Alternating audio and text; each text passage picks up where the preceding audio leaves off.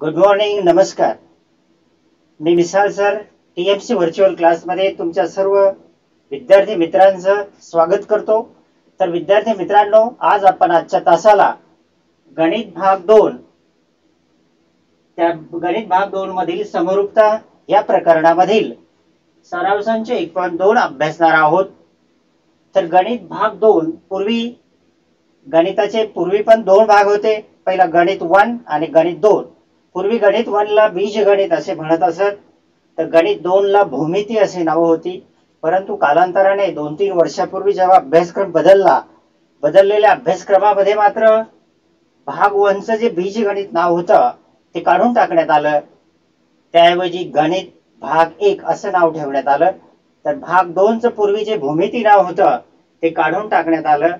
त्याऐवजी गणित भाग 2 अशी नावं देण्यात आली. अशी का देण्यात आली असावीत माहित नाही, पण मला वाटतं की भूमिती हे नाव, की बहुतेक मुलांना भूमिती हा विषय अवघड जातो, की बरीचशी मुलं की भूमिती म्हटलं की नको बाबा, भूमिती म्हटलं की रेषा, कोन, त्रिकोण, वर्तुळ, चौकोन, वेगवेगळ्या गुणधर्मांचा अभ्यास करावा लागतो. त्यापेक्षा मुलांना गणित जास्त आवडतं. गणित भाग 1 बीजगणित, कारण बीजगणित त्यांना जरा सोपं वाटतं. त्यामध्ये बेरीज, वजाबाकी यासारख्या काही सोप्या क्रिया कराव्या लागतात. पण मला वाटतं विद्यार्थी मित्रांनो, बीजगणितापेक्षाही भूमिती विषय हा सोपा आहे. भूमिती विषय सोपा केव्हा असतो? जेव्हा भूमितीचं आपल्याला बेसिक माहिती असतं.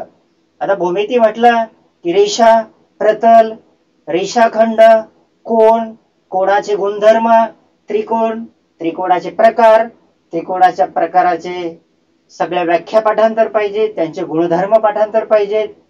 त्यानंतर चौकोन, चौकोनाचे सगळे प्रकार, त्यांच्या व्याख्या, त्यांचे गुणधर्म. वर्तुळ म्हणजे काय? वर्तुळामध्ये स्पर्शिका, छेदिका, त्रिज्या, व्यास, जीवा यासारख्या सगळ्या गोष्टींचा अभ्यास असावा लागतो. शिवाय समांतर रेषा म्हणजे काय?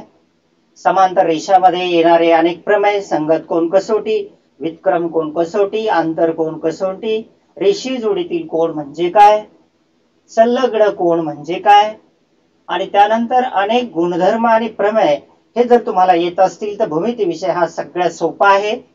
तर विद्यार्थी मित्रांनो, बीजगणितापेक्षाही भूमिती विषय सोपा आहे, कारण गणितामध्ये आकडेमोड करावे लागते, भागाकार करावा लागतो, वजाबाकी करावी लागते. भागाकार आणि वजाबाकी करताना अगदी हुशार मुलांच्या पण चुका होतात, कारण त्याच्यामध्ये अपूर्णांकाची, दशांश अपूर्णांकाची, गुणाकार असेल, भागाकार असेल, बेरीज, वजाबाकी ही क्रिया जरा क्लिष्ट आहे. अगदी हुशार मुलांच्या देखील सिली मिस्टेक याच्यामध्ये होऊ शकतात. म्हणून त्यामुळे मला तर वाटतं भूमिती विषय हा खूप सोपा आहे. मला तर भूमिती विषय खूप सोपा वाटतो. तर का वाटतो? कारण भूमितीचं बेसिक हे सगळं मला येतंय. त्यामुळे कुठलंही उदाहरण आलं की बेसिक आठवलं की पटकन आपल्याला ते उदाहरण सोडवता येतं. म्हणूनच विद्यार्थी मित्रांनो, आज आपण सराव संच 1.2 अभ्यासणार आहोत. सराव संच 1.2 चा अभ्यास करण्यापूर्वी तुम्हाला प्रमाणाचं मूलभूत प्रमेय माहिती असलं पाहिजे. त्या प्रमेयाचा जे स्टेटमेंट आहे त्याला मराठीमध्ये आठवत नाही, स्टेटमेंट माहिती पाहिजे तुम्हाला. त्यानंतर त्याचं सूत्र, प्रमाणाचं मूलभूत प्रमेय कसं वापरायचं, त्यानंतर कोन दुभाजक म्हणजे काय, कोन दुभाजकाचं प्रमेय, 3 समांतर रेषांचा गुणधर्म, या 2-3 गोष्टी जर तुमच्या माहिती असतील किंवा हे 3 प्रमेय जर तुम्हाला चांगल्या प्रकारे समजले असतील तर सराव संच 1.2 सोडवणं फारसं कठीण नाही. म्हणून सराव संच 1.2 कडे जाण्यापूर्वी तुम्ही प्रमाणाचं मूलभूत प्रमेय, कोन दुभाजकाचा गुणधर्म आणि 3 समांतर रेषांचा गुणधर्म याचा नीट अभ्यास करा, समजून घ्या. मग हे तुम्हाला सोपं गेल्याशिवाय राहणार नाही. तर आपण सराव संच 1.2 मधील पहिलं उदाहरण बघणार आहोत. मी उदाहरण लिहित नाहीये, फळ्यावर आकृती काढली, त्या आकृतीवरून तुम्हाला उदाहरण समजावून सांगतो. पहिल्यांदा की त्यांनी फळ्यावर एक त्रिकोण दिलेला आहे, त्रिकोण PQR. PQR त्रिकोणाचं वाचन नेहमी असं करायचं, PQR, कारण त्रिकोण ही बंदिस्त आकृती आहे. आपण मात्र त्रिकोणाचं वाचन PQR असं सोडून देतो. असं सोडून दिलं की तो कोण तयार होतो, म्हणून PQR असं वाचन करायचं. त्रिकोण PQR मध्ये PM हा एक किरण काढलेला आहे. एम नीट लिहितो मी, PM हा एक किरण काढलेला आहे. त्यानंतर रेषाखंड PR ची लांबी 7 आहे. रेषाखंड PQ ची लांबी 10 आहे, PQ ची लांबी 8 आहे आणि RM ची लांबी 6 दिलेली आहे. या उदाहरणात दिलेल्या माहितीवरून तुम्हाला सिद्ध करायचंय की PM हा कोन QPR चा दुभाजक आहे का? काय सिद्ध करायचंय की किरण PM हा कोन QPR चा दुभाजक आहे का? ओके. तर हे उदाहरण सोडवताना पहिल्यांदा तुम्हाला उकल लिहावं लागेल. उकलला इंग्लिश मध्ये सोल्युशन म्हणतात. ओके. कुठलंही उदाहरण सोडवताना पहिल्यांदा शोधायचं की हे उदाहरण सोडवण्यासाठी कोणता गुणधर्म वापरायचा आहे. तर सोपं आहे, कारण याच्यामध्ये दिलेलं आहे की PM हा कोन दुभाजक आहे का. म्हणजे या ठिकाणी कोन दुभाजकाच्या गुणधर्माचा आपल्याला वापर करायचा आहे. ते तुमच्या लगेच लक्षात आलं पाहिजे. तर थोडं लक्ष द्या. आता बघा, आपण इथून सुरुवात करूया. RP अंशामध्ये लिहायचा आणि PQ छेदामध्ये लिहायचा. म्हणजे पहिल्यांदा कोन करणाऱ्या ज्या दोन बाजू आहेत RP आणि PQ यांचं गुणोत्तर लिहायचं. गुणोत्तर RP छेद PQ बरोबर RP ची किंमत लिहायची 7 आणि PQ ची किंमत आहे 10. तर 7 आणि 10 कोणत्या पाढ्यामध्ये येतात हे शोधायचं. 7 आणि 10 कोणत्याही पाढ्यामध्ये येत नाहीत, त्यामुळे भागाकार करण्याच्या भानगडीत पडायचं नाही. याला आपण इक्वेशन नंबर 1 नाव देऊया. आता इथे तुम्ही RP पासून सुरुवात केली तर इथे पण ही जी RQ बाजू आहे इथे पण R पासूनच सुरुवात करायची. RM upon MQ, RM upon MQ याचं गुणोत्तर लिहायचं. RM upon MQ. RM ची किंमत RM च्या जागेवर ठेवा आणि MQ ची किंमत MQ च्या जागेवर ठेवा. आता बघूया आपण 6 आणि 8 कोणत्या पाढ्यामध्ये येतात. मला वाटतं 6 आणि 8 हे 2 च्या पाढ्यामध्ये येतात. 6 बेचोक 8. 3 आणि 4 आता बघूया कोणत्या पाढ्यामध्ये येतात. 3 आणि 4 हे कोणत्याही पाढ्यामध्ये येत नाहीत. मग 3/4 हे आपलं उत्तर आलं. त्याला समीकरण नंबर 2 नाव देऊया. आता समीकरण 1 आणि 2 चं निरीक्षण करायचं. निरीक्षण केल्यानंतर तुमच्या लक्षात येईल की समीकरणाची उजवी बाजू समान नाहीये. ज्या समीकरणांची उजवी बाजू समान नाहीये त्या समीकरणांची डावी बाजू देखील समान नसते. म्हणून समीकरण 1 व 2 वरून आपण असं लिहू शकतो. RP upon PQ is not equal to RM upon MQ. म्हणजे RP छेद PQ आणि RM छेद MQ हे गुणोत्तर समान नाही. हे गुणोत्तर जर समान नसेल तर PM हा कोन RPQ चा दुभाजक होऊ शकत नाही. याला कारण द्यायला मात्र विसरायचं नाही समीकरण 1 व 2 वरून.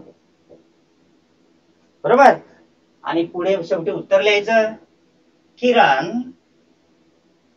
PM हा कोन QPR चा दुभाजक नाही.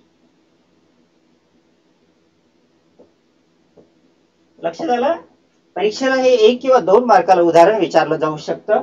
त्यामुळे अतिशय सोपं आहे. लक्षात आलं असेल. मग तुम्हाला प्रश्न पडला असेल की इथे गुणोत्तर समान नाहीये म्हणून PM हा या कोनाचा दुभाजक नाहीये. मग तो दुभाजक केव्हा असतो. यासाठी आपण एक उदाहरण अभ्यासणार आहोत. ते उदाहरण पुढील प्रमाणे आहे. सगळेजण इकडे लक्ष द्या. मी फळा पुसतो. पुसून काढलेला आहे. त्यानंतर दुसरं उदाहरण मी फळ्यावर लिहितोय. त्याची पण डायरेक्ट आकृती काढून तुम्हाला समजावतोय. एक फळ्यावर मी त्रिकोण काढलेला आहे. त्या त्रिकोणाला पुन्हा सेम नाव देऊया आपण. त्रिकोण PQR. आणि P वरून RQ ला छेदणारा एक किरण काढला. त्याला नाव देऊया PM. RM ची लांबी 2 दिलेली आहे. MQ ची लांबी 3 दिलेली आहे. PR ची लांबी 4 आहे आणि PQ ची लांबी 6 आहे. पहिल्यांदा पक्ष समजून घ्या की फळ्यावरती एक त्रिकोण आहे. P मधून RQ वर एक किरण काढलाय. त्याचं नाव आहे PM. नंतर 1 2 3 4 4 बाजूंची लांबी दिलेली आहे आणि प्रश्न आहे की पीएम हा कोण QPR चा दुभाजक आहे का?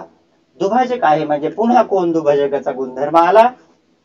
आता लक्ष द्या फळ्याकडे. हे उदाहरण आपण सोडूया.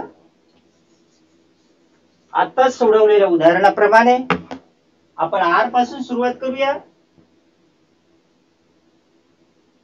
RP छेद PQ यांचं गुणोत्तर लिहायचं. Ratio RP upon PQ. RP ची किंमत RP च्या जागेवर लिहूया. सॉरी, RP ची किंमत आहे 4 आणि PQ ची किंमत आहे 6. बघूया 4 आणि 6 कोणत्या पाड्यामध्ये येतात. तर 4 आणि 6 2 च्या पाड्यामध्ये येतात म्हणून 2 ने भाग द्या.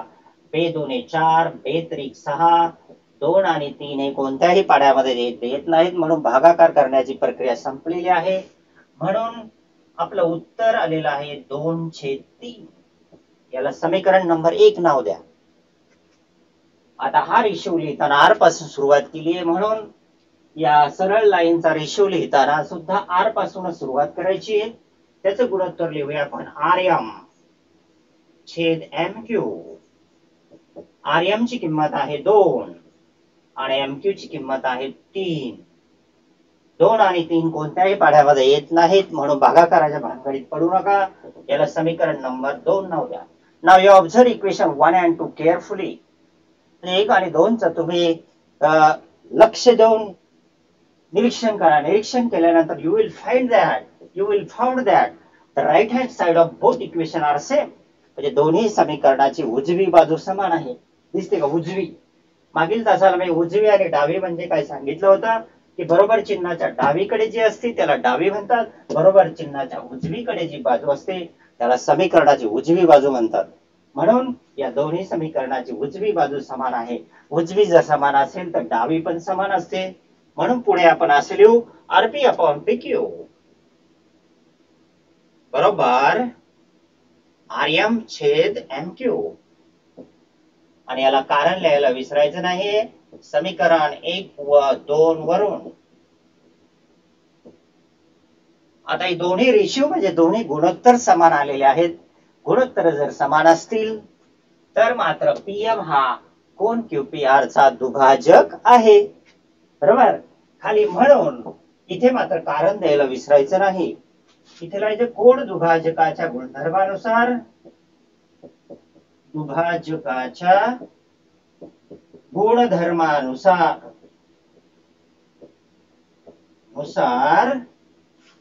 किरण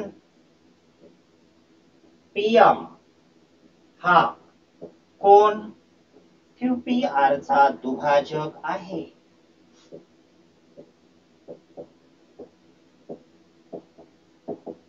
आता तुमच्या लक्षात आलं असेल अगोदरच्या गणितामध्ये मात्र एक गोष्ट लक्षात घ्या. दोन्ही उदाहरणांची तुलना करा. अगोदरच्या गणितामध्ये मी कोन दुभाजकाचा गुणधर्म हे स्टेटमेंट लिहिलं नव्हतं. कारण कोन दुभाजक नसेल तर हे स्टेटमेंट लिहायची गरज नाही. कोन दुभाजक असेल तरच हे स्टेटमेंट लिहायचं. लक्षात आलं? अतिशय सोपं आहे. कोन दुभाजकाच्या गुणधर्मावरील 2 उदाहरण आपण बघितलेले आहेत. परीक्षेला दोघांपैकी एक प्रकारचं उदाहरण नेहमी विचारलं जातं म्हणजे जातं. यानंतर आपण सराव संच 1.2 मधील आणखी एका उदाहरणाचा अभ्यास करणार आहोत.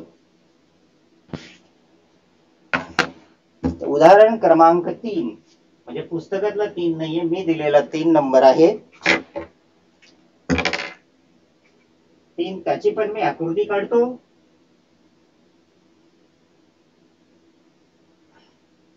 एक त्रिकोण काढलेला आहे मी फळ्यावर. त्या त्रिकोणाचं नाव आहे त्रिकोण ABC. त्रिकोण ABC. त्रिकोणाचं नाव घेताना नेहमी त्रिकोण शब्द लावायचा. त्रिकोण ABC.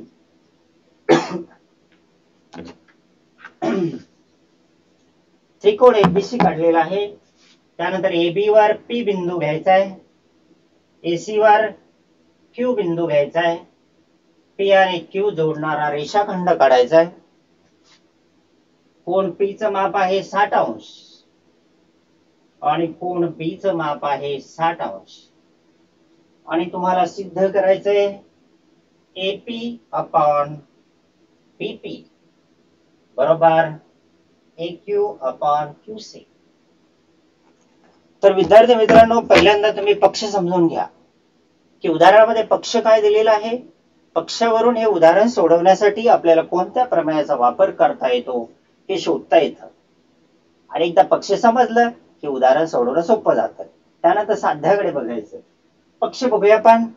त्रिकोण ABC मध्ये कोण APQ बरोबर 60 अंश, कोण ABC बरोबर 60 अंश. आणि सिद्ध करायचंय AP अपॉन PB बरोबर AQ अपॉन QC. हा रेशो बघा, हे गुणोत्तर बघा. हे गुणोत्तर कोणत्या प्रमेयामध्ये आहे. हे गुणोत्तर दोन प्रमेयामध्ये असं गुणोत्तर असतं. एक तीन समांतर रेषांचा गुणधर्म आणि दुसरं प्रमेय आहे प्रमाणाचं मूलभूत प्रमेय. या दोन प्रमेयामध्येच आपण असं गुणोत्तर लिहू शकतो. परंतु दोघांमध्ये आता कुठलं वापरायचंय. इथे तीन समांतर रेषांचा गुणधर्म चालणार नाही, कारण इथे तीन समांतर रेषा दिलेल्या नाहीयेत. इथे त्रिकोण दिलेला आहे. त्रिकोण म्हणजेच या ठिकाणी आपल्याला कोण दुभाजकाचा नाही, आपलं प्रमाणाचं मूलभूत प्रमेय वापरायचंय. हे निश्चित करायचं किंवा प्रमाणाच्या मूलभूत प्रमेयाचा व्यत्यास वापरायचा. आपल्याला इथे प्रमेय वापरायचं नाही, म्हणजेच प्रमाणाचं मूलभूत प्रमेय आहे याच्यामध्ये. तर मग कसं करायचं की प्रमाणाच्या मूलभूत प्रमेयामध्ये काय असतं की प्रमाणाच्या मूलभूत प्रमेयामध्ये की एखाद्या त्रिकोणामध्ये दोन बाजूंना छेदणारी रेषा तिसऱ्या बाजूला समांतर असेल तरच हे प्रमेय आपण वापरू शकतो, अन्यथा हे प्रमेय वापरू शकत नाही.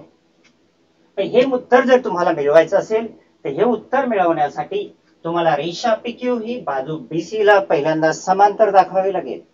समांतर दाखवल्यानंतर तुम्ही बिनधास्तपणे प्रमाणाच्या मूलभूत प्रमेयाचा वापर करून हे गुणोत्तर किंवा हे उत्तर तुम्ही सहजपणे मिळवू शकता. आता सिद्ध करा म्हटलेलं आहे. इथे सिद्ध करा म्हटलं की आपल्याला लिहावी लागते सिद्धता. सोडवा म्हटलं की लिहायचं उकल आणि सिद्ध करा म्हटलं की लिहायचं सिद्धता. आता सिद्धता लिहिताना पहिल्यांदा आपण पक्ष लिहूया की त्रिकोण ABC मध्ये ते स्वल्पविराम द्यायचा. कोण P बरोबर आहे 60 अंश आणि कोण B बरोबर आहे 60 अंश. याला कारण लिहूया पक्ष. अंशाचं चिन्ह असं इथे लिहायचं, एकदम डोक्यावर नाही द्यायचं. इथे असं छोटासा गोल काढायचा. अंश अंश म्हणजे पॉइंट नव्हे, असा छोटा गोल काढायचा. बरोबर. आता बघा, कोण P चं माप 60 आहे, B चं 60 आहे, म्हणून आपण असं लिहू शकतो कोण APQ एकरूप कोण ABC.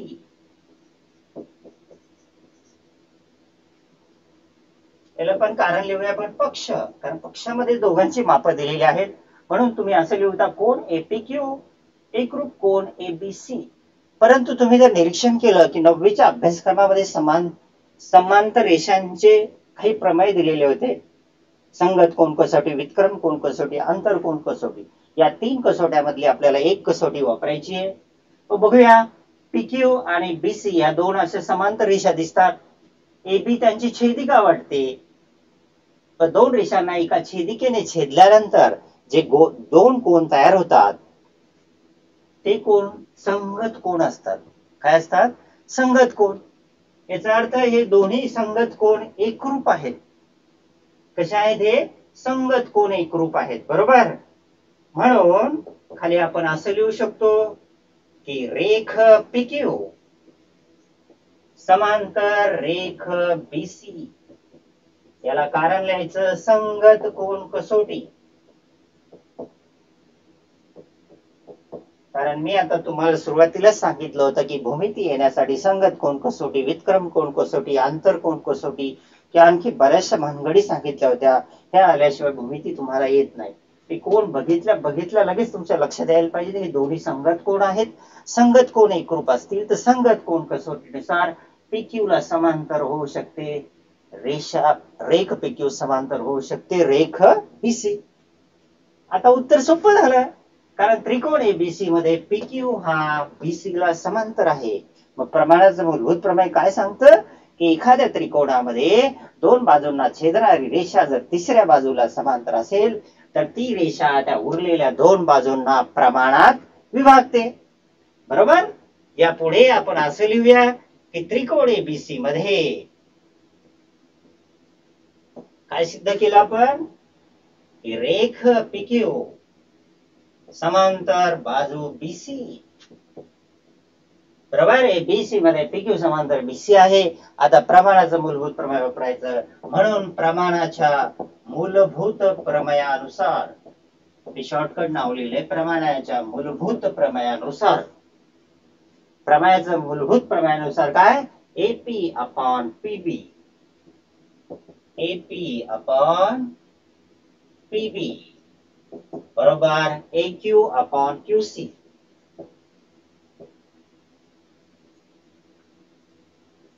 म्हणजे तुम्हाला उत्तर आलेलं आहे. उत्तर बरोबर आहे की नाही हे चेक करून बघा. एपीच्या ठिकाणी एपी आहे, इथे पीबी आहे, इथे बीपी आहे. काही वेळा लगेच घाबरतं, ओ सर इथे पीबी आहे, इथे बीपी आहे, काय आहे, काय भानगड.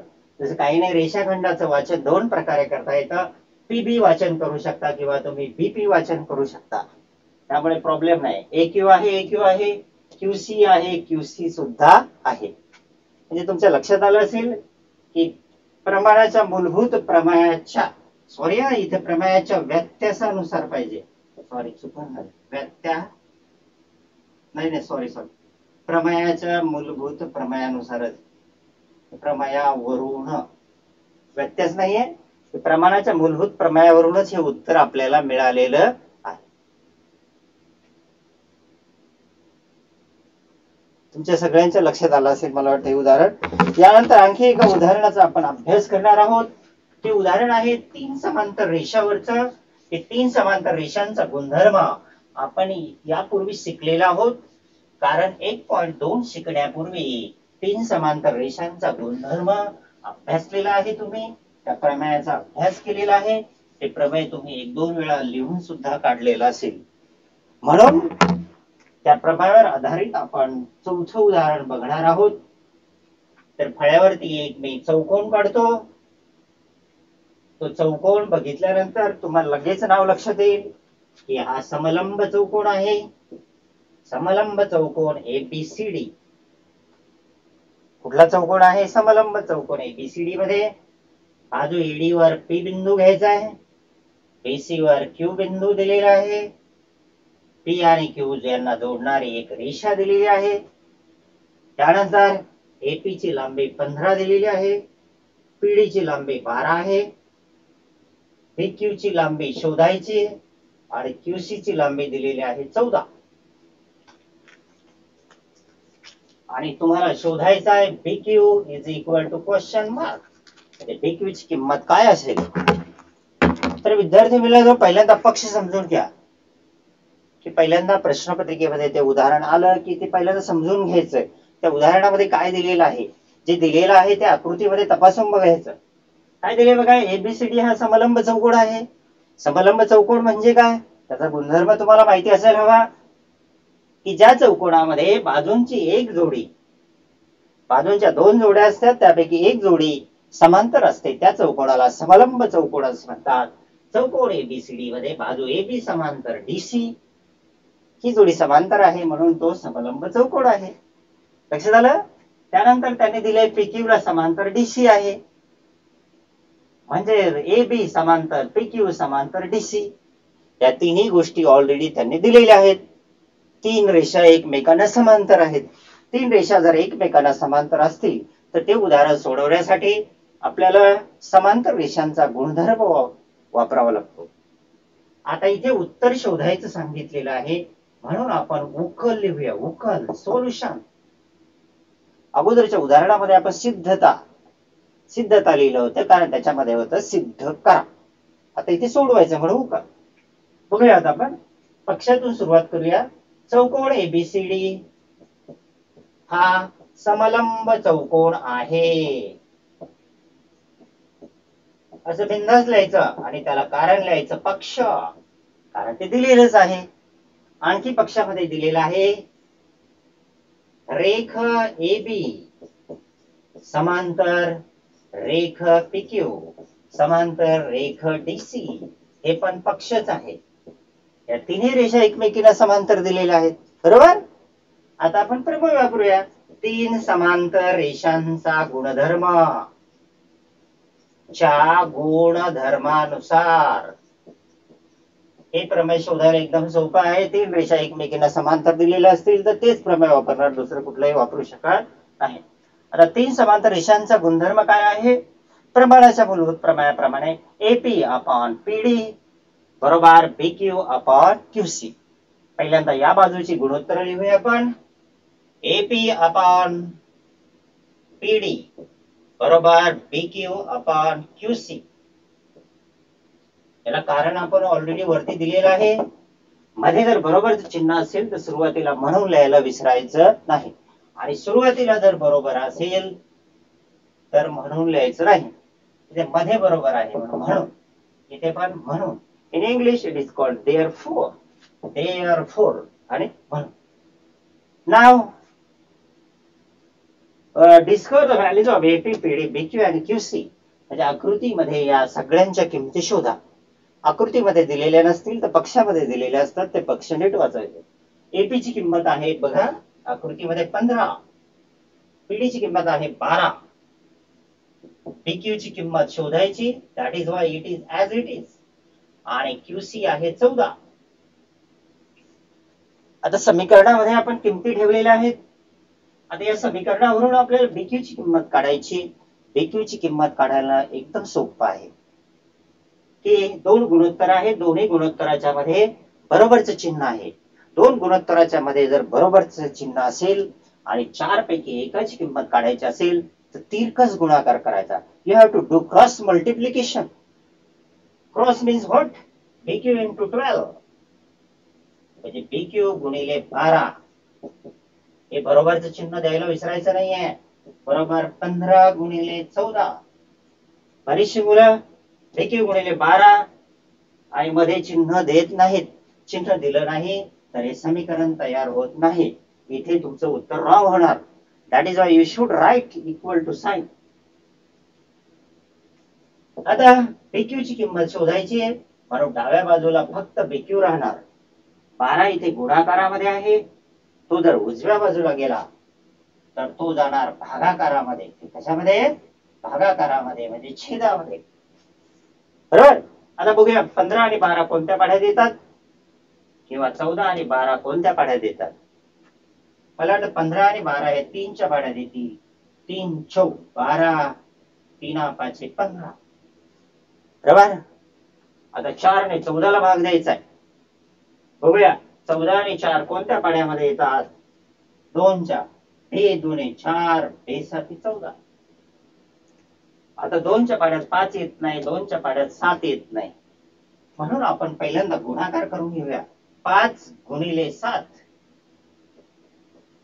छेद 2.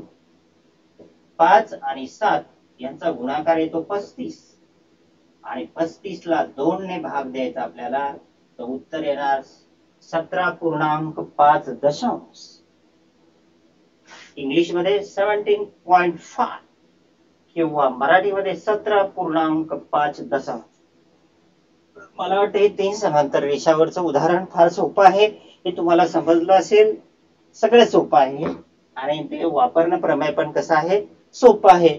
विद्यार्थी मित्रांनो, अजून एक आपण 1.2 मधील अजून एका उदाहरणाचा अभ्यास करणार आहोत. ते उदाहरण परीक्षेला 3 किंवा 4 मार्काला विचारलं जातं की ज्या उदाहरणामध्ये 2 किंवा 3 गुणधर्माचा वापर केलेला असतो ते उदाहरण जास्त मार्काला विचारले जातं. ज्या उदाहरणामध्ये फक्त एक गुणधर्म वापरलेला असतो ते उदाहरण फक्त 1 किंवा 2 मार्काला विचारतात. लक्षात येतं.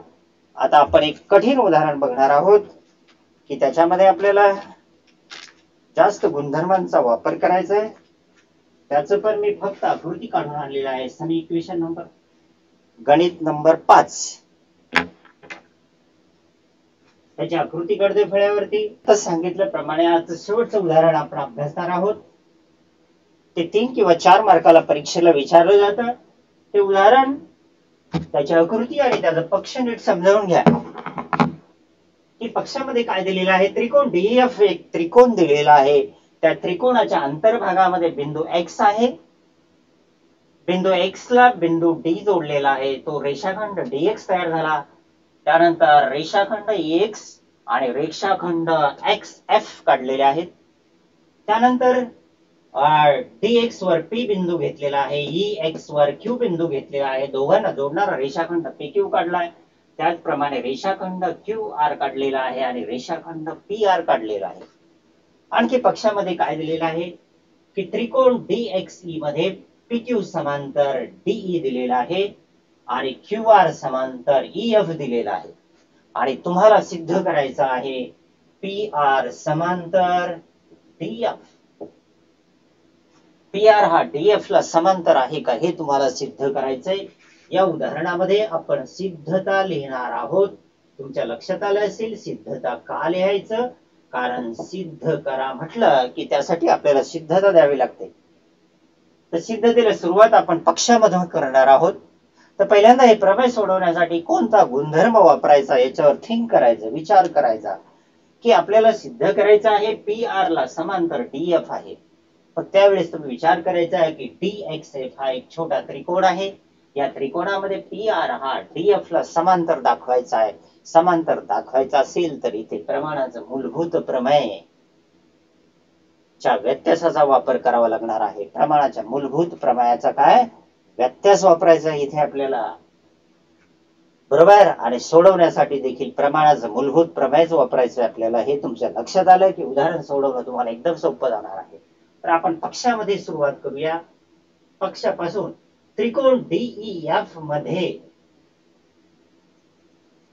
त्रिकोण डीईएफ मध्ये रेख पीक्यू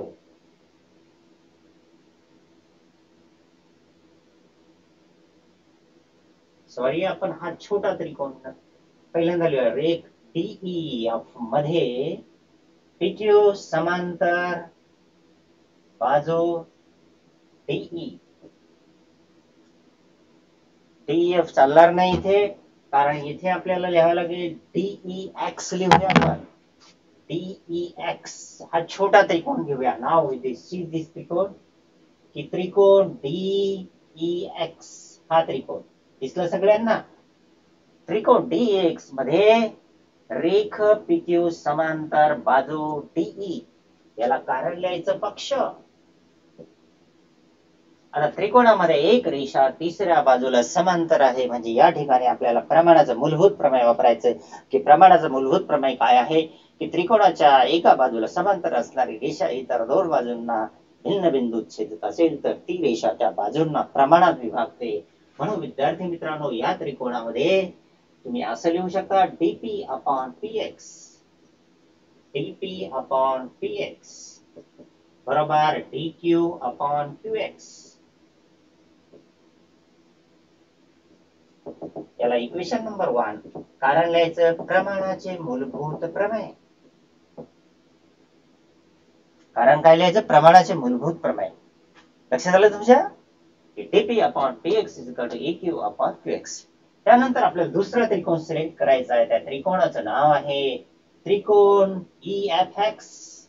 ईएफएक्स कुठला त्रिकोण, ईएफएक्स. त्रिकोण ईएफएक्स मध्ये रेख क्यू आर समांतर बाजू ईएफ. त्रिकोण ईएफएक्स मध्ये काय लिहायचं, रेख क्यू आर समांतर बाजू ईएफ. याला कारण लिहायचं पक्ष. काय कारण लिहायचं, पक्ष कारण दिलेलं आहे, बरोबर. म्हणून प्रमाणाच्या मूलभूत प्रमेयानुसार EQ upon QX is equal to FR upon FX. EQ upon QX, sorry, EQ upon QX is equal to FR upon FX. F R upon F X. याला कारण समीकरण नंबर 2 कारण लिहायचं प्रमाणाचे मूलभूत प्रमेय. म्हणजे प्रमाणाच्या मूलभूत प्रमेयाचा वापर आपण दोन त्रिकोणामध्ये केलेला आहे. पहिला होता त्रिकोण DEX आणि दुसरा होता त्रिकोण EFX. दोन्ही त्रिकोणामध्ये केलेला आहे. तुमच्या लक्षात आलं असेल की समीकरण 1 आणि 2 चं आपल्याला निरीक्षण करायचं आहे आता. dp upon px. dp upon px is equal to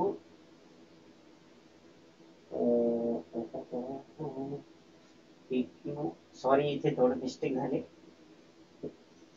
इथे थोडी मिस्टेक झाली होती कारण DEX या त्रिकोणामध्ये प्रमाणाचं मूलभूत प्रकार dp अपॉन px बरोबर EQ अपॉन QX असं यायला पाहिजे होतं.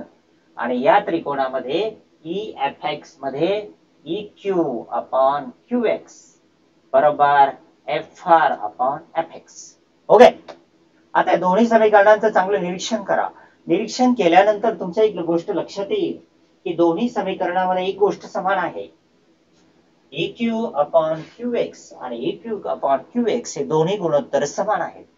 त्या दोन्ही समीकरणांची जर तुलना केली तुम्ही त्या दोन्ही समीकरणांची एक बाजू समान होते. EQ अपॉन QX, EQ अपॉन QX बोथ आर इक्वल. हे दोन्ही जर इक्वल असतील तर त्यावरून आपण असं लिहू शकतो dp upon px dp upon px बरोबर FR अपॉन RX. काय लिहू शकतो बघा EQ आणि QX दोघं समान झाले.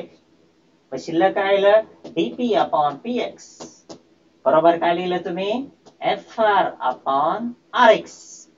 याला कारण लिहायचं समीकरण 1 व 2 वरून.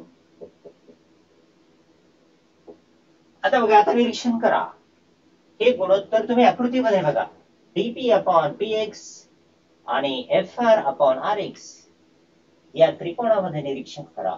या त्रिकोणामध्ये बाजूंची गुणोत्तर इक्वल दिलेली आहेत आणि बाजूंची गुणोत्तर जर समान असतील तर प्रमाणाच्या मूलभूत प्रमाणाच्या व्यत्यासानुसार तुम्ही बिनधास्तपणे लिहू शकता रेख PR समांतर बाजू DM. खाली म्हणून लिहायचं प्रमाणाच्या मूलभूत प्रमेयाच्या व्यत्यासानुसार रेख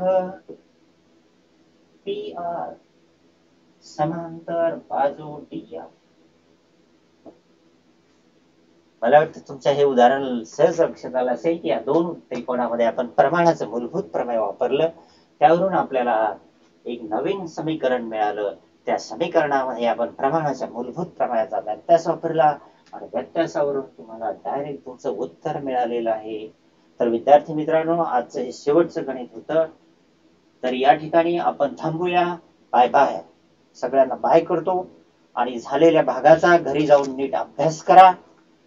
प्रमेयांचा अभ्यास करा, गुणधर्मांचा अभ्यास करा. प्रमेय आणि गुणधर्म जर तुम्हाला नीट येत असतील तर भूमितीविषयी तुम्हाला अजिबात अवघड जाणार नाही. ओके, धन्यवाद.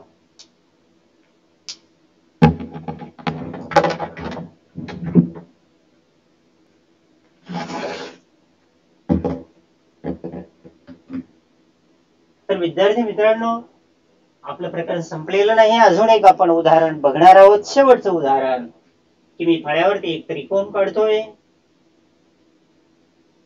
त्याला नाव देऊया आपण त्रिकोण DEF. त्यानंतर त्रिकोण DEF मध्ये कोण DEF चा मी कोण दुभाजक काढतो. त्याला नाव देऊया आपण EM. म्हणजे त्रिकोण DEF मध्ये EM हा कोण DEF चा दुभाजक आहे. त्यानंतर DM ची लांबी दिलेली आहे 3, MF ची लांबी दिलेली आहे 7, TE ची लांबी दिलेली आहे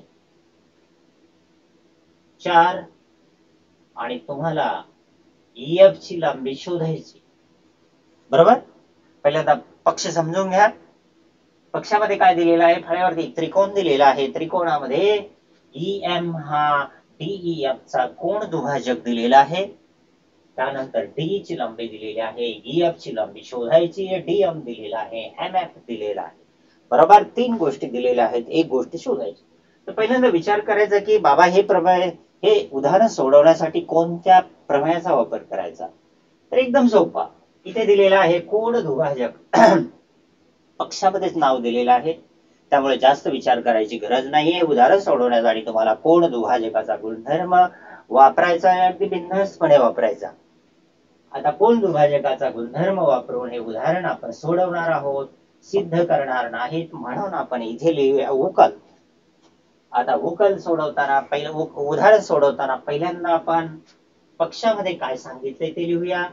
त्रिकोण DEF मध्ये, त्रिकोण DEF मध्ये रेख EF हा कोण DEF चा दुभाजक आहे.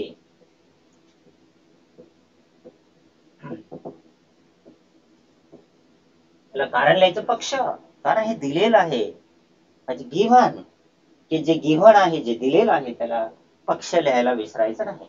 आता आपल्याला जो गुणधर्म वापरायचा आहे त्या गुणधर्माचं नाव लिहायचं.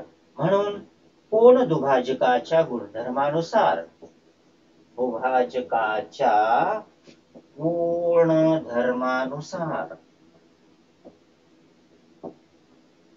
कोन दुभाजकाचा गुणधर्म काय, हा तुमच्या पाठांतर असला पाहिजे, त्याचं स्टेटमेंट तुम्हाला माहिती पाहिजे.